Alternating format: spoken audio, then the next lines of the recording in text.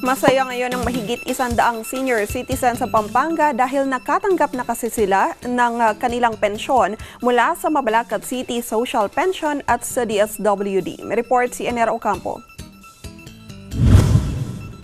Nakatanggap kumakailan ang 165 senior citizens ng Mabalacat City ng social pensions o cash benefits mula sa Department of Social Welfare and Development o DWSD. Ang pamimigay ng nasabing benepisyo ay sinagawa sa pasilyo ng City Hall ay pinangunaan ni Rizalino Tubason, EPEN ng Office of Senior Citizens Affairs o OSCA at ilang kawani ng Provincial DSWD Office. Bawat isang senior citizen ay nakatanggap ng 3,000 piso. Ang halagang ito ay kabuuan ng tig-500 piso kada buwan na dapat natanggap nila mula Enero hanggang Mayo ng taong ito ayon kay Tuwason. Sabi pa ni Tuwason, ang mga ganitong social pensions o cash benefits ay binibigay lamang sa mga senior citizens na may edad 60 anyos at paitaas na mga indigents o talagang mahihirap, may sakit o kaya bedridden at walang tinatanggap na namang ibang suporta at tulong mula kanino man. Isa sa mga nakatanggap ng cash benefits ay si Lolo Roelio Torres, 65 anyos,